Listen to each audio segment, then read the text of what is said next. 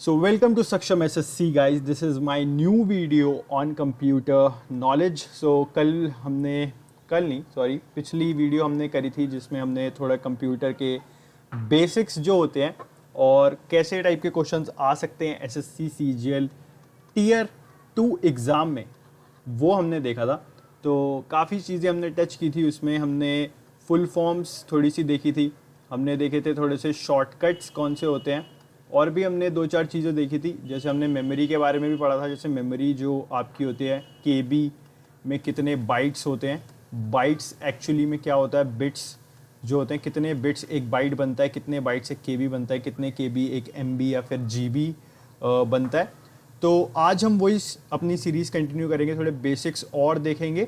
फिर इसके बाद जो वीडियोज़ आएंगी वो पर्टिकुलरली टॉपिक्स पे होंगी, जैसे एक्सेल के जो फॉर्मूलेज हैं जो पूछता है एसएससी या पूछ सकता है, और कौन से मतलब जिनके आने के सबसे ज़्यादा चांसेस हैं वो कौन सी चीज़ें हैं, वो वाली मतलब detailed particular topic wise lecture होगा। अभी हम कंप्यूटर थोड़ा बेसिक और देख लेते हैं कि कौन कौन सी चीज़ें हम कवर कर सकते हैं। So let's jump to question number 1 which is asking us which of the following devices is the most suitable for printing graphic design of a building। तो बेसिकली ये पूछ रहा है, जैसे अगर आप कहीं गए हो, जैसे आपने सड़कों पे भी आप देखते हो कि बैनर्स लगे होते हैं ना, बहुत बड़े बड़े। तो अब तो वैसे मैंने यूजुअली देखा है कि वो सब स्क्रीन्स में कन्वर्ट हो गए हैं रेदर देन बैनर, क्योंकि स्क्रीन काफ़ी डायनामिक होती है, उसमें आप मूविंग एक तरह से इलस्ट्रेशंस दिखा सकते हो, है ना। जैसे यहाँ पे मान लो फ्रूटी का मैंने कोई ऐड बना दिया, यहाँ कोई भी आपका एक्टर वगैरह होगा तो बेसिकली ये मतलब सबसे सुटेबल क्या होता है उस चीज़ को प्रिंट करने के लिए अगर वो बैनर है तो हमारे ऑप्शंस हैं प्लॉटर, प्रोजेक्टर, ब्रेल रीडर और स्कैनर।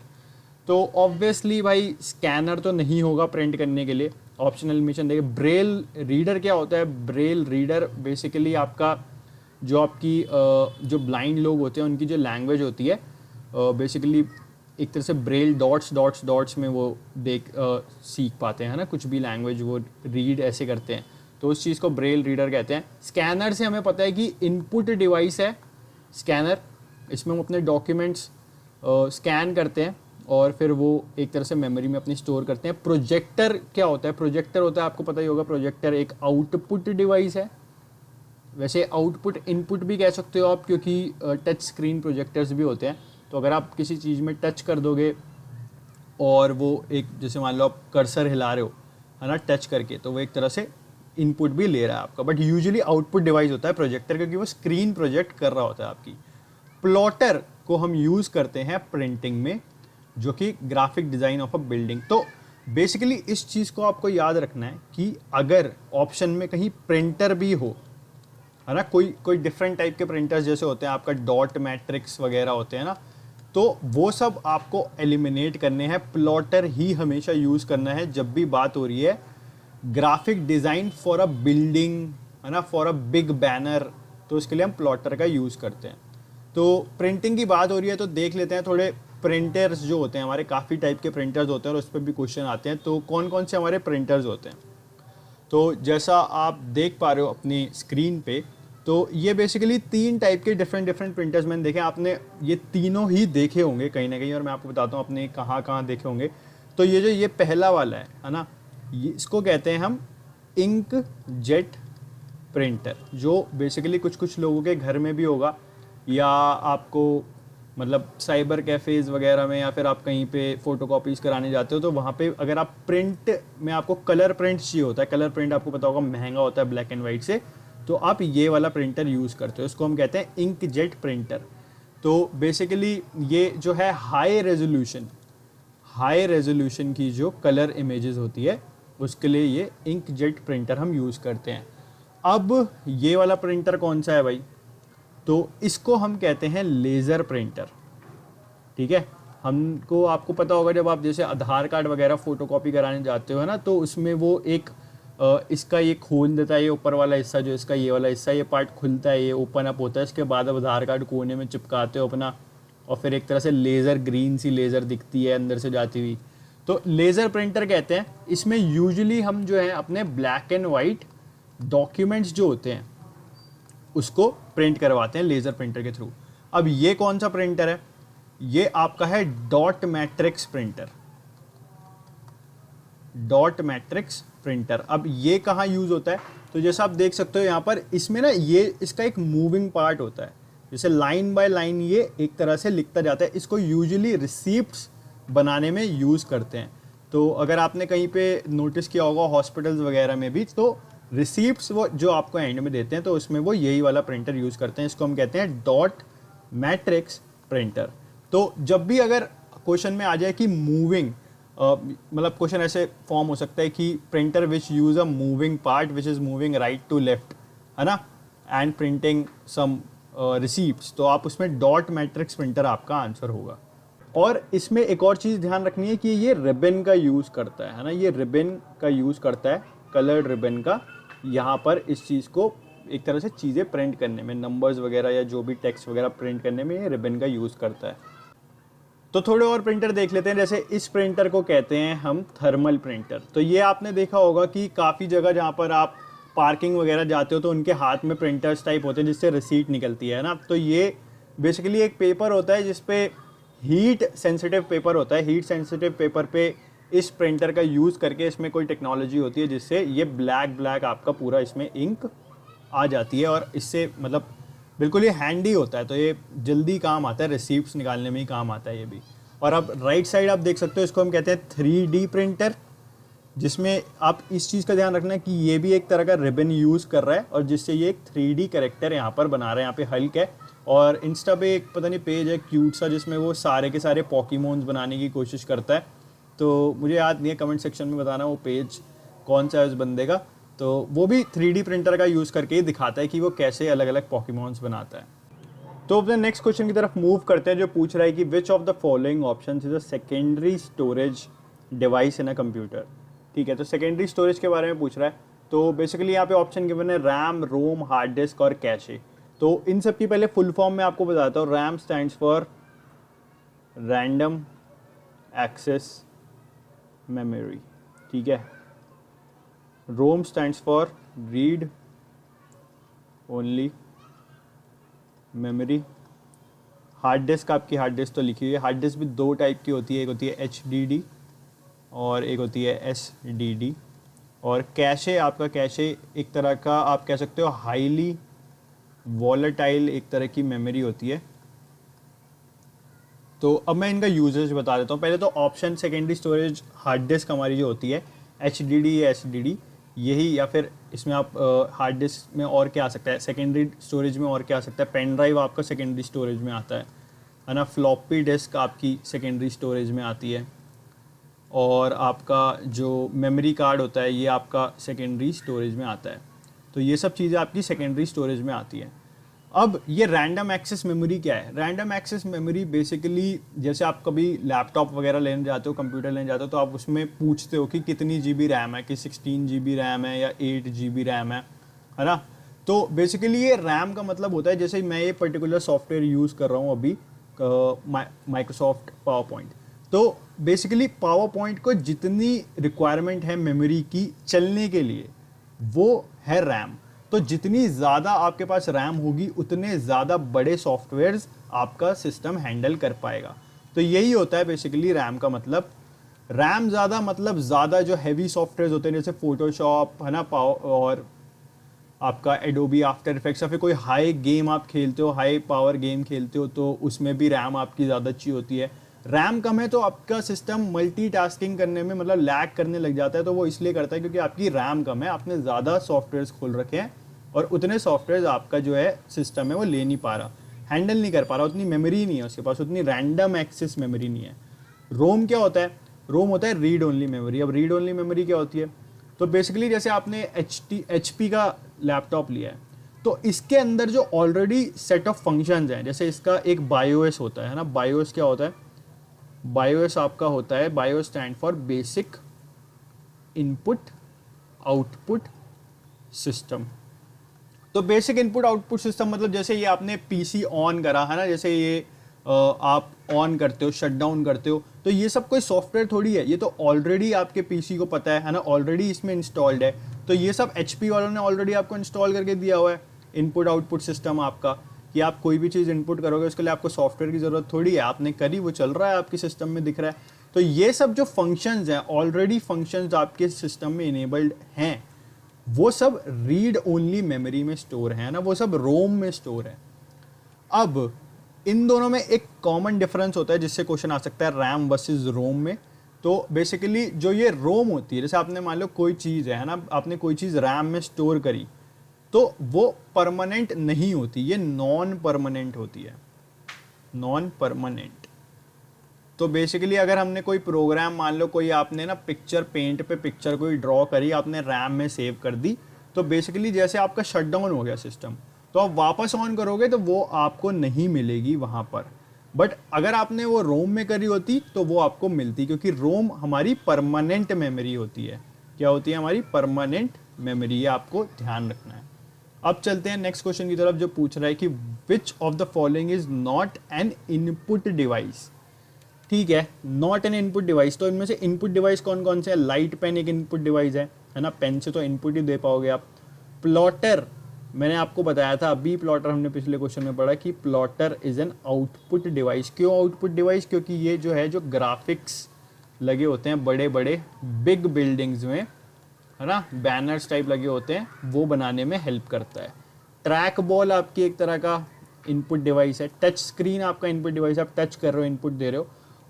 और जानने हैं तो ये सारे जो हैं आपके इनपुट डिवाइस हैं। अब ये सारे आपको ऑलरेडी थोड़े तो पता ही होंगे, तो देख लो। जैसे कीबोर्ड आपका एक इनपुट डिवाइस है, वेब कैम एक आपका इनपुट डिवाइस है। वेब कैम इनपुट है, वेब कैम को आउटपुट में मत लिख देना, क्योंकि कैमरा आपकी फ़ोटो ले रहा है, बट फोटो आपका दिखा कौन रहा है? स्क्रीन दिखा रही है ना, स्क्रीन यहाँ पर दिखा रही है, तो स्क्रीन एक आउटपुट डिवाइस है।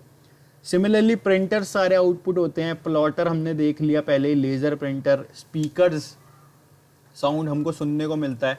माइक्रोफोन्स में आप साउंड देते हो, तो माइक्रोफोन्स यहाँ नहीं लिखा, बट माइक्रोफोन या माइक आप कह सकते हो, एक तरह का इनपुट डिवाइस है। Bar code reader, optical pen, scanner, ये सब, जॉयस्टिक, ये सब हमारा इनपुट डिवाइस है। और आउटपुट डिवाइस आपने देख लिया, आप नोट डाउन भी कर सकते हो, बट यूजुअली तो आपको पता ही लग जाएगा, बस सोचने की कोशिश करना, है ना।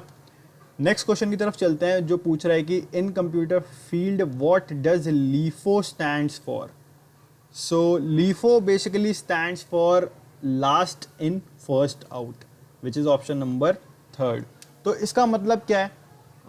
बेसिकली अगर मैं समझाऊँ तो ये वैसे यूज़ होता है, लीफो कहाँ यूज़ होता है? लीफो यूज़ होता है डेटा स्ट्रक्चर एंड एल्गोरिदम्स। ये जानने की ज़रूरत नहीं है कि ये क्या होता है, सिर्फ ये डेटा स्ट्रक्चर एंड एल्गोरिदम्स में यूज़ होता है बेसिकली, कि हम जो डेटा एंटर करते हैं कंप्यूटर में, वो एक पर्टिकुलर तरीका होता है लीफो का, कि लीफो के तरीके से भी आप एंटर कर सकते हैं। तो होता क्या है, मैं बस समझा देता हूँ, वैसे आएगा नहीं एग्ज़ाम में। तो जैसे मान लो कि आप एक तरह से ना, एक आपकी बाल्टी है, अब इस बाल्टी में आप कपड़े डालते जा रहे हो, ठीक है। आपने सबसे पहले कोई मान लो शर्ट डाली, एक, दूसरी शर्ट डाली, तीसरी शर्ट डाली, चौथी शर्ट डाली, ठीक है। अब आपको निकालनी है इस बाल्टी से शर्ट्स, तो अब सबसे पहले कौन सी निकलेगी? सबसे पहले ये लास्ट वाली निकलेगी, है ना, कि जो सबसे लास्ट में डली है चौथी शर्ट, वो सबसे पहले बाहर निकलेगी। तो बेसिकली इसी टाइप का मेथड होता है, डेटा रिट्रीविंग में यूज़ होता है, last in first out. FIFO भी एक होता है ना, फीफो भी एक होता है। फीफो क्या होता है? हमारा फर्स्ट इन फर्स्ट आउट। ये भी ध्यान रखना है कि अगर लीफो पूछ सकता है तो फीफो भी पूछ सकता है। अब फर्स्ट इन फर्स्ट आउट का कोई एग्जाम्पल अगर मैं सोचूं, तो बेसिकली ऐसे मान लो, जैसे कोई भी लाइन लगती है ना, कुछ लेने की लाइन, भंडारे की लाइन लगती है। मान लो यहाँ पे भंडारा हो रहा है टेंट में, और यहाँ पे लाइन लग रखी है पूरी बंदों की, है ना, कि तो जो सबसे पहले आया होगा भंडारा लेने के लिए, सबसे पहले भंडारा भी उसी को मिलेगा, और सबसे पहले निकलेगा भी वही खा के, है ना। तो फर्स्ट इन फर्स्ट आउट का एग्जाम्पल ये है। फीफो और लीफो हमको याद रखना है। अब चलते हैं नेक्स्ट क्वेश्चन पे, जो पूछ रहा है कि what is the full form of computer virus. Veeru सहस्त्र बुद्धे अगर आपको याद हो तो ये 3 इडियट्स में होती है ना वायरस की फुल फॉर्म। तो बट असली में क्या होती है? तो असली में वायरस की फुल फॉर्म होती है vital information resources under seize. This is the full form of virus. तो वो ये मतलब अब पढ़ के भी समझ में आ रहा है कि जो वाइटल हमारी इन्फॉर्मेशन है वो अंडर सीज है, मतलब वो खतरे में है एक तरह से, इसी को हम कहते हैं वायरस। और भी कुछ कुछ फुल फॉर्म्स जो हमको याद होनी चाहिए, जैसे कल हमने पढ़ी थी 2 चीज़ों की full form, HTTP and HTTPS। तो HTTP की क्या होती है? Hyper text transfer protocol. और HTTPS की भी सेम होती है, बस ये जो S है इसका मतलब होता है सिक्योर। और हमने कौन कौन सी पढ़ी थी? QR कोड की पढ़ी थी हमने, जिसको हम कहते हैं क्विक रिस्पॉन्स कोड। और हमने पढ़ी थी URL, जिसको हम कहते हैं यूनिफॉर्म रिसोर्स लोकेटर। और इम्पॉर्टेंट हो सकता है आपका HTML, जिसको हम कहते हैं हाइपर टेक्स्ट मार्कअप लैंग्वेज। तो ये कुछ इंपॉर्टेंट अभी मेरे दिमाग में आ रही है टॉप ऑफ माय हेड, और आएंगी तो हम आने वाली वीडियोस में और भी पढ़ेंगे। सो next question is saying a digital signature is. So basically digital signature क्या होता है? तो डिजिटल सिग्नेचर आपका यूज़ होता है ऑथेंटिकेट करने के लिए इलेक्ट्रॉनिक रिकॉर्ड्स को। जैसे अब काफ़ी सारे जो आपके सर्टिफिकेट्स हैं वो ऑनलाइन हो गए हैं, तो हम डिजिटल सिग्नेचर का यूज़ करते हैं उसको ऑथेंटिकेट करने के लिए। जैसे हमारे जो आधार कार्ड वगैरह होते हैं वो कौन सी साइट है एक जिस पे जमा होते हैं? डिजी लॉकर भी होता है ना, उसमें भी आपके डिजिटल सिग्नेचर आप कर सकते हो यूज़। तो बाकी सारे ऑप्शन जो है हमारे गलत हैं। नेक्स्ट क्वेश्चन की तरफ चलते हैं, जो कह रहा है laptop used for a normal office work is likely to have a typical capacity of 512 GB। अब 512 GB लिखा है, ठीक है। रजिस्टर तो नहीं हो सकता, CPU भी नहीं हो सकता, CPU कैपेसिटी नहीं हो सकता, रैम इतनी ज़्यादा रैम तो भाई पता नहीं, शायद नासा वगैरह यूज़ करते होंगे, ऐसे भी ज़्यादा करते होंगे, बट ये भी काफ़ी ज़्यादा है। HDD is the correct answer, क्योंकि हार्ड डिस्क की बात हो रही है यहाँ पे, है ना। हार्ड डिस्क हमारी 5 आपने देखा होगा 512 GB की होती है या 1 TB की होती है। कमेंट में आपको बताना है कि 1 TB में कितने MB होती है, चलो ये बता दो, है ना, तुम कितनी MB होती है बता दो। तो रैम होती है हमारी, रैम नहीं हो सकती क्योंकि रैम इतनी ज़्यादा नहीं होती, यूजुअली 8, 16, 32 आपको देखने को मिलता है। और ये यूज़ नॉर्मल यूज़ वाले की भी बात कर रहा है, तो HDD would be our correct answer. और HDD की फुल फॉर्म जो होती है, HDD की फुल फॉर्म होती है हार्ड डिस्क ड्राइव, है ना। और SSD की फुल फॉर्म होती है आपकी सॉलिड स्टेट ड्राइव। ये भी आप याद कर लो 2 फुल फॉर्म्स। और next question is saying in MS Excel hashtag value refers to. So basically आप ये चीज़ करके भी देख सकते हो MS Excel में कि आप कोई फॉर्मूला लिखने की कोशिश करो बट उसमें कोई वैल्यू मत डालो, तो error in value is our correct option. ये मैं आपको एक एग्जांपल के थ्रू दिखा दूंगा नेक्स्ट वीडियो में स्क्रीनशॉट। सो जब भी हैशटैग वैल्यू लिखा आता है इसका मतलब एरर इन वैल्यू। सो ये चीज़ भी काफ़ी इंपॉर्टेंट है। जैसे आप देख सकते हो यहाँ पे एक्सेल का एक मैं आपको एक चीज़ बता देता हूँ। जैसे ये आप देख रहे होगे स्क्रीनशॉट, यहाँ पर एक ऑटो सम फीचर आता है एक्सेल में।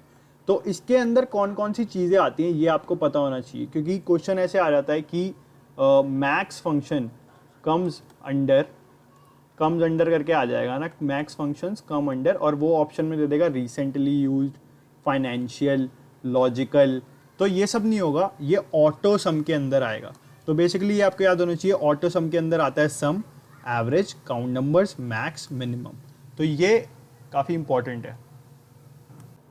सो basically next question is asking yottabyte is equivalent to. So yottabyte आपका क्या होता है? आपने अभी तक तो MB सुना होगा, ये YB पूछ रहा है। तो YB इज बेसिकली आपका 2 to the power 80 बाइट्स आपका होता है योटा बाइट। थोड़ा और हम यहाँ पर देख लें तो ये आपको याद रखना है, बिट मैंने आपको बताया था सबसे स्मॉलेस्ट जो यूनिट होती है मेमोरी की वो बिट होती है। निबल हमारी होती है 4 बिट, और 2 निबल हमारी क्या होती है, 2 अगर निबल की बात करूं मैं तो ये हमारी हो जाएगा 1 बाइट, है ना। अब किलो बाइट आपको याद रखना है 2 to the power 10 which is 1024 bytes is equal to 1 KB। ये 2 to the power 10 1024 होता है, ठीक है। तो ऐसे ही ये बढ़ता जाता है। MB होता है 2 to the power 20, GB होता है 2 to the power 30, TB होता है 2 to the power 40 और योटा बाइट आपका एंड में आ जाता है which is 2 to the power 80। Zetta byte भी पूछ सकता है, जेटा 7, जेड में ऐसे 7 बनता है तो ऐसे याद कर सकते हो। एक्सा बाइट, पीटा बाइट, तो टेराबाइट TB के बाद पीटा बाइट आता है, ये याद रखना है। P से 5 और यहाँ पे 50 और X से आप 60 को आपको याद रखना पड़ेगा, बस योटा बाइट में 80 है, ठीक है। So next question is asking us कि ये add, move and CMP are mnemonics used in. So basically ये किस में यूज़ होता है, कौन सी लैंग्वेज में यूज़ होता है, क्योंकि सारे लैंग्वेज दे रखी है यहाँ पर। तो ये यूज़ होते हैं आपके असेंबली लैंग्वेज में। अभी असेंबली लैंग्वेज क्या होती है, असेंबली लैंग्वेज आपकी होती है जैसे ये आप मान लो कि जैसे हम कंप्यूटर को देते हैं कुछ भी इनपुट देते हैं, है ना, अपनी इंग्लिश में देते हैं, तो कंप्यूटर जिस लैंग्वेज में समझता है ना, कि वो जो प्रोसेस होता है उसको बिल्कुल ही बाइनरी फॉर्म में कन्वर्ट करने का, वहाँ पे ये यूज़ होती है असेंबली लैंग्वेज। और ये कुछ फंक्शन होते हैं जैसे ऐड, बेसिकली 2 वैल्यूज़ को ऐड कर रहा होगा 1+1 और ऐसी मूव CMP। सो ये हमें जानने की ज़रूरत नहीं है कि इनका काम क्या होता है, बस हमें ये जानना है कि ये ऐड, मूव और CMP न्यूमोनिक्स असेंबली लैंग्वेज में यूज़ होते हैं। नेक्स्ट क्वेश्चन की तरफ चलते हैं जो पूछ रहा है कि Excel stores numeric date and time as. So ये हमको पता है कि भाई न्यूमेरिक डेट एंड टाइम है, न्यूमेरिक वैल्यू है, तो एक्सेल भी इसको नंबर्स की फॉर्म में ही स्टोर करता है। जैसे 1 जनवरी को आप लिख सकते हो 01 and 2001। So thank you for joining to this lecture guys. Thank you भी ढंग से लिख पा रहा मैं। एंड बेसिकली इसमें हमने थोड़े और बेसिक क्वेश्चंस कवर करे जो हमको पता होने चाहिए। नेक्स्ट लेक्चर होगा जो कि डेडिकेटेड होगा किसी एक पर्टिकुलर टॉपिक पर। लेट्स सपोज एक्सेल हो सकता है वो, या फिर हो सकता है पावर पॉइंट हो सकता है, या फिर हम पढ़ सकते हैं थोड़ा इनपुट आउटपुट सिस्टम और पढ़ सकते हैं, है ना, इनपुट आउटपुट सिस्टम, या फिर हम पढ़ सकते हैं थोड़ी लैंग्वेजेस, जो लैंग्वेजेस से क्वेश्चन आ सकता है। तो ये बेसिकली हम कवर करने वाले हैं अपने नेक्स्ट लेक्चर में। Thank you for joining to this lecture guys and keep learning. See you soon.